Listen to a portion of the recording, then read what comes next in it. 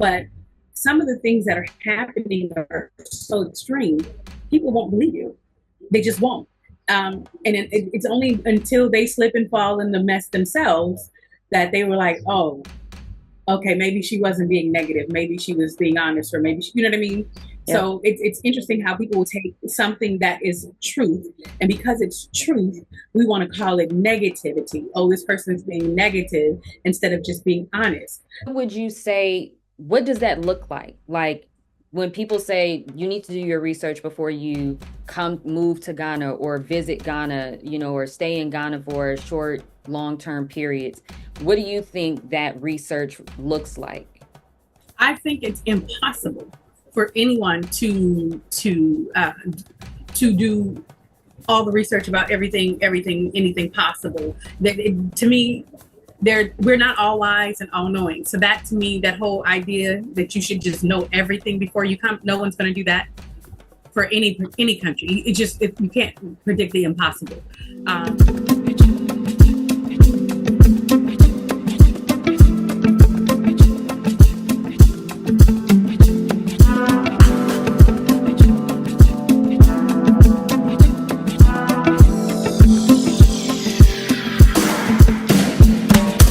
Everyone, this is another episode of Griot of the Diaspora. I'm your host, Nakaira G, and today we have a guest by the name of Inez. She lives in Cape Coast, Central Region, Ghana, and we are going to be having a very, very real conversation.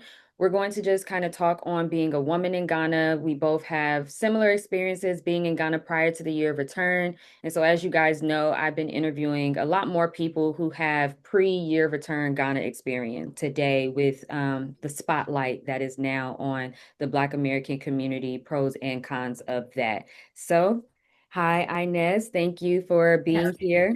Thank you. Thank you for having me. So like I said, Inez lives in Central Regions, particularly Cape Coast. So I did want to start a little bit on that because for a lot of people, most people live in Accra, but a lot of diasporans are starting to kind of move out of the bustle of Accra, going into Eastern Region, Western Region, Central Region, and maybe a few in Northern Region in Tamale. Yeah. But for the most part, there is a larger diaspora community in Central Region, particularly Cape Coast and Elmina. So can you tell us why you chose Cape Coast?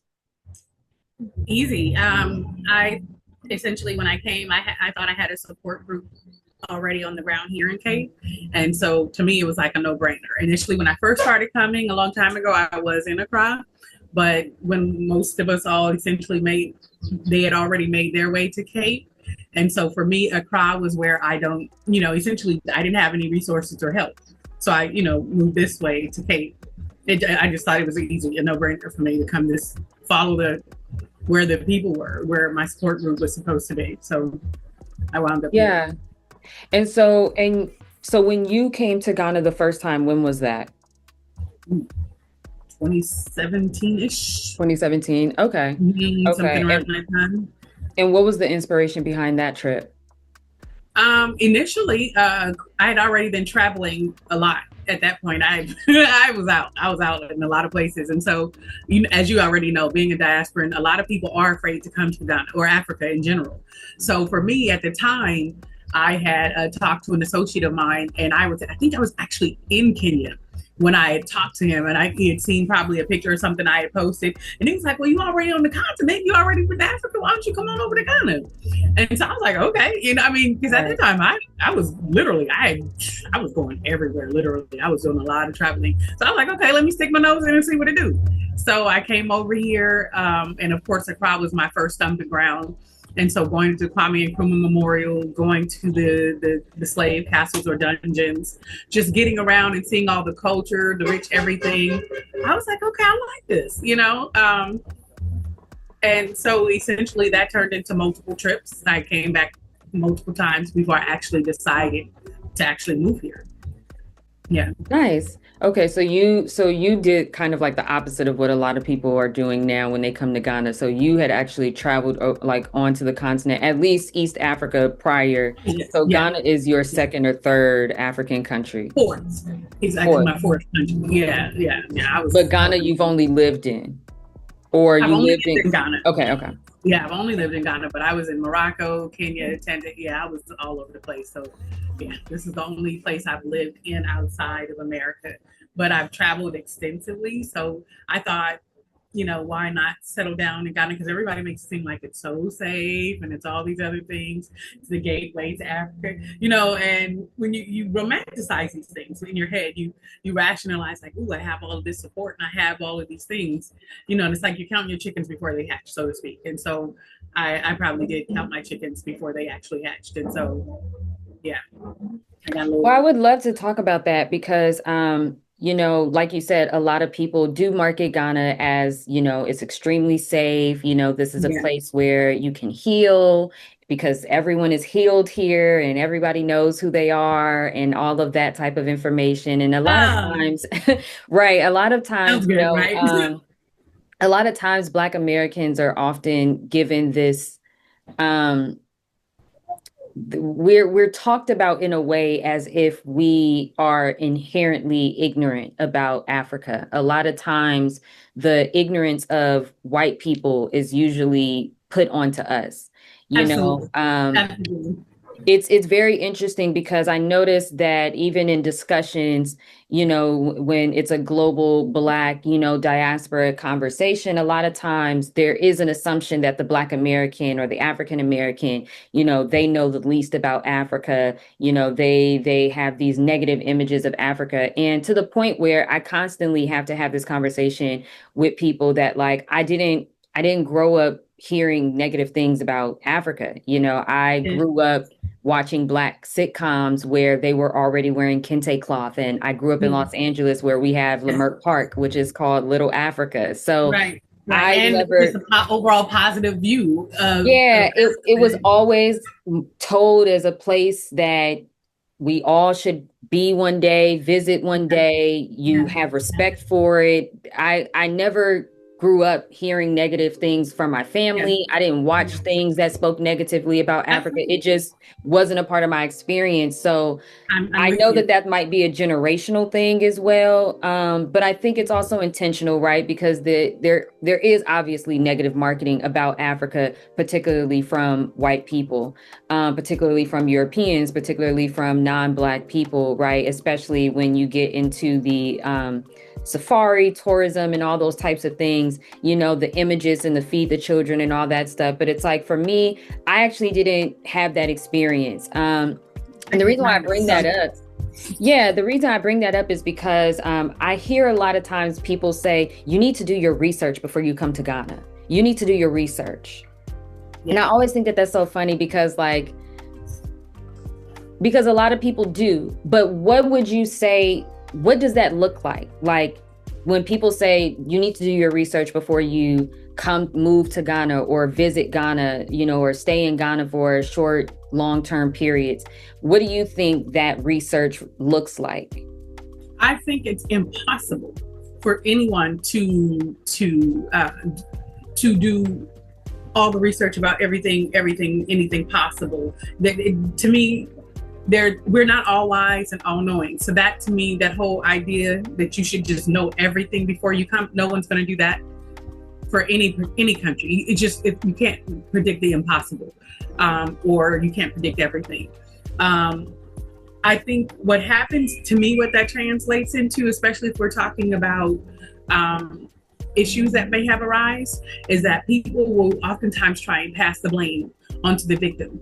Because, oh, you didn't do your research and you didn't do, that's usually when you hear that is, oh, you didn't do your research and you didn't. So essentially it's kind of like telling you you're an idiot because you didn't do something that you weren't supposed to know. Like, how were you supposed to know that this was going to happen, and so I think that is how it kind of gets pushed to people, that you're supposed to do your research. Like, perfect example, like when I went to Thailand, I learned a little bit about customs, and I learned that they don't wear shoes in their homes and things like that, things that are typically offensive. I am very much one of those people that try to learn as much as I can before I go somewhere. But that little tidbit it's not going to give you everything, right? That's not going to tell you everything. You cannot possibly know everything before you go somewhere. And to use that to write someone's experience off and say that it's their fault or you didn't do your research and that's why these things happen to you, I feel like that's what people are saying when they say that to us, you know, or someone here. That's usually, oh, you didn't do your research. I mean, I came here almost, I think, 9 times before I actually moved here. Yeah, it was about 9 times I had actually came to Ghana. So what research didn't I do?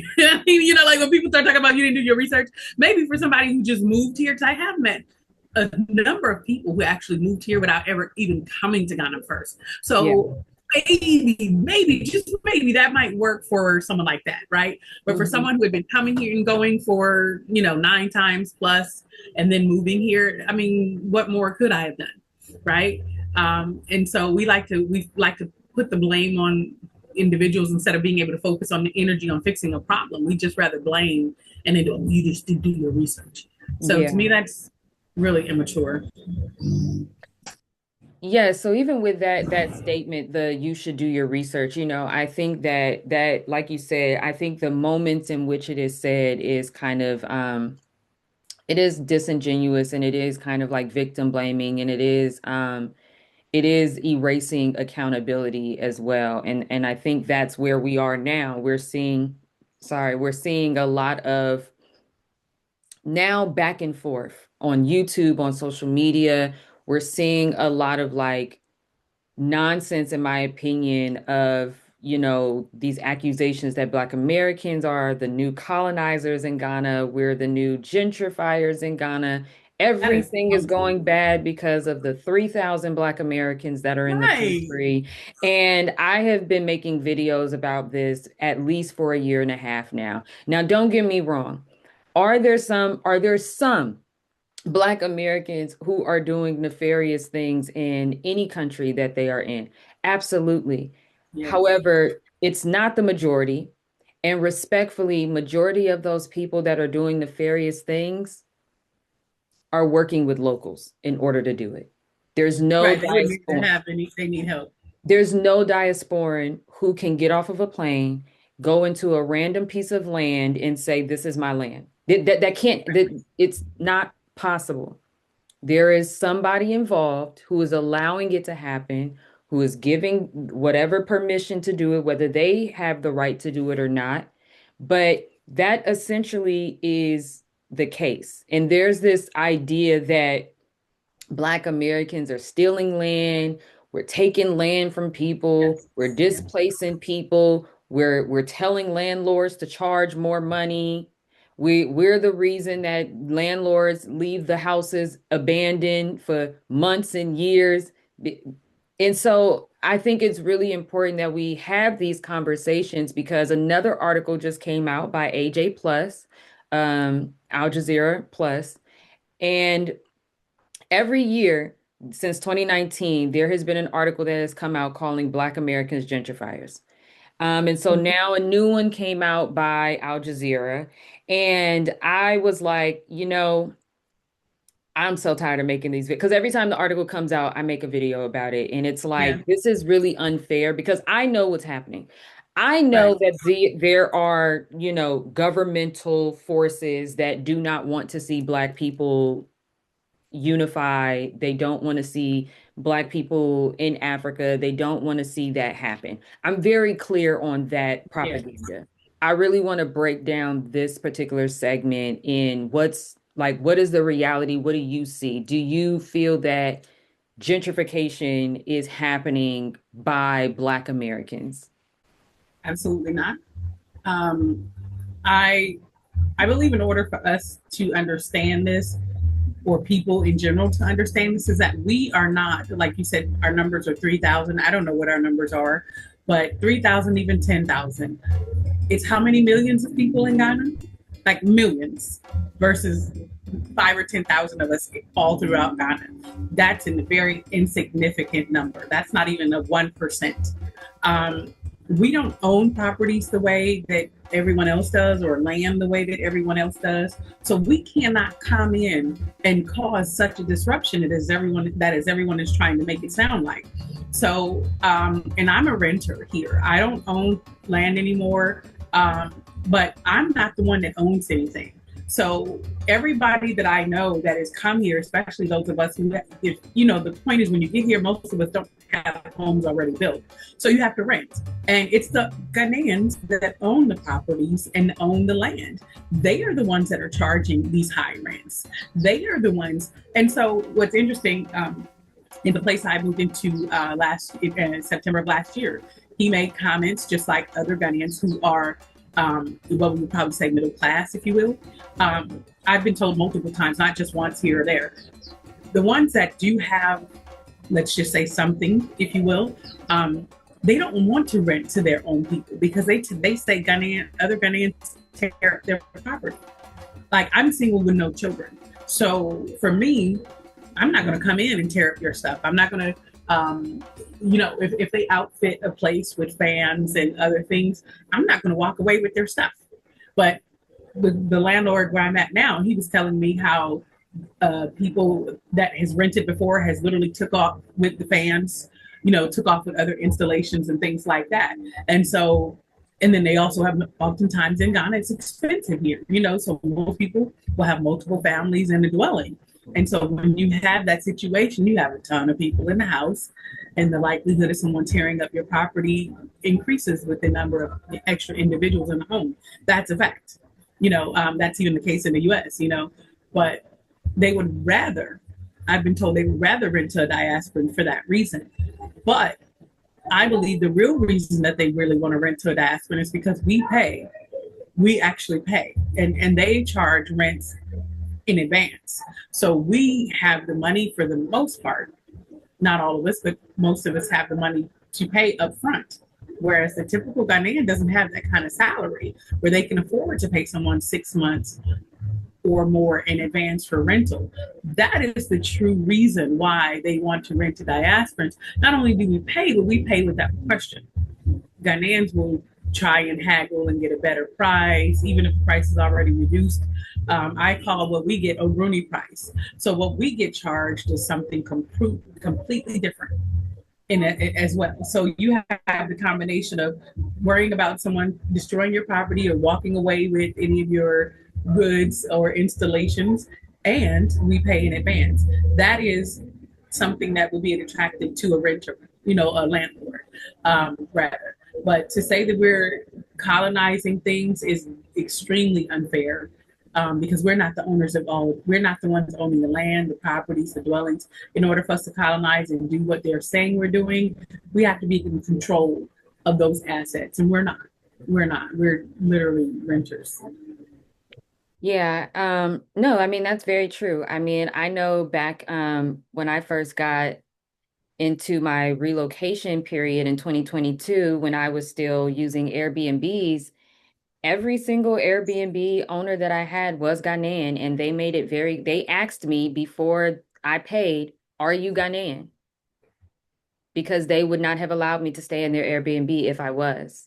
Yeah. Then they asked when I get my apartments, "Are you Nigerian?" Because they were not going to allow me to get an apartment if I was.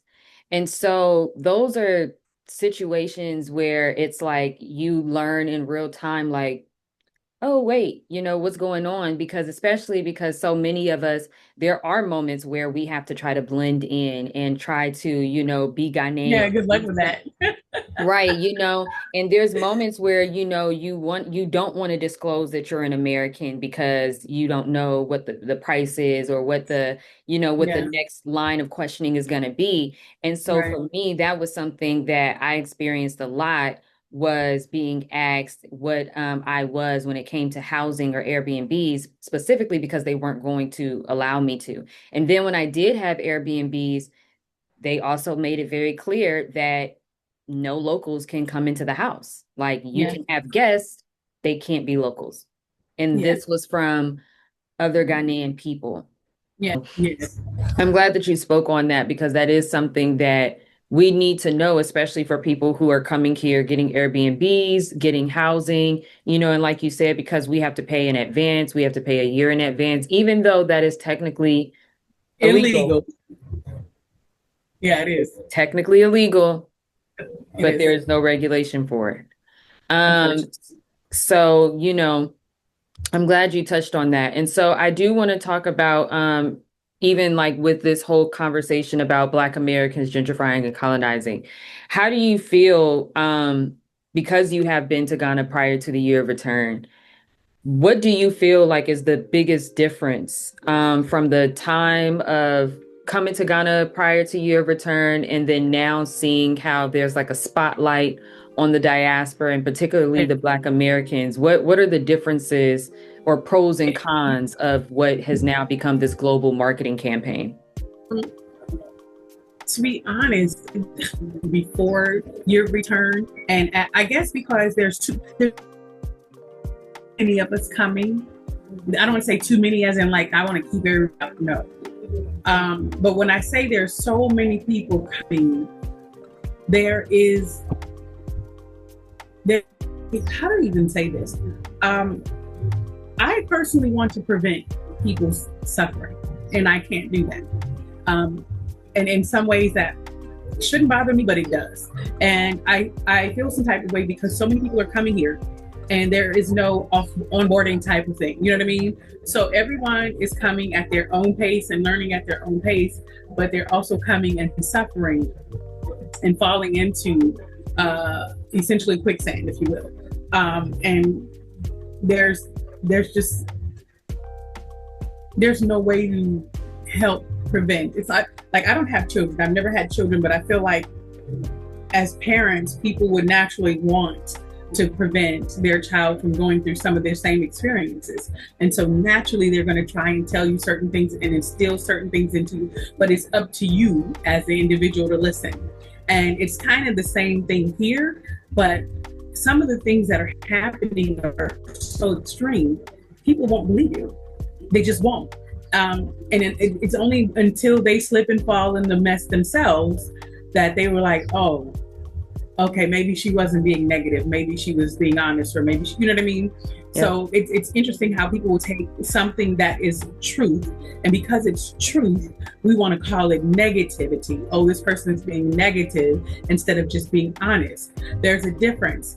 And so the ability of people, the way people are able to trick and persuade you when you come, because so many of us are green, because we have this, I grew up with a positive outlook on Africa, very positive outlook on Africa. So for me, I was probably just as green as everybody else when we got here, nose wide open, excited about the opportunities, and probably thinking that no African would treat me like someone back home. Like they didn't have those things in them, but oh baby, do they? And so you have people coming, buying land, just the same stuff that locals are dealing with, buying land that was sold 5-10 times over, coming and buying cars only for a car that was in good condition to be mechanically destroyed or tampered with so that you could, automobile repair fraud, if you want to call it that. So it's like every hustle that you can think of and not think of is here. I feel some type of way because I'm like, how are we able to come in the numbers that we're able to come? And it ruins people's dreams of a life of abroad, wanting to live abroad. It stamps on it, it curses anything sacred to me. Like when people decided to move to Africa or any other country for that matter, that to me is a sacred experience. I can't speak for other people, but that's nothing to play with. And so this ability to stump on people's dreams here is heartbreaking for me. So to see us come here in numbers and many people would have to leave because they've been cheated so poorly, they ran out of money, or they just don't want to fight anymore. That for me, maybe because I'm just weird like that, I feel that experience and it hurts. It hurts me as well. And we all, whether we want to admit it or not, we are suffering because of how we're being treated here, and then there not being any protections or provisions in place for us.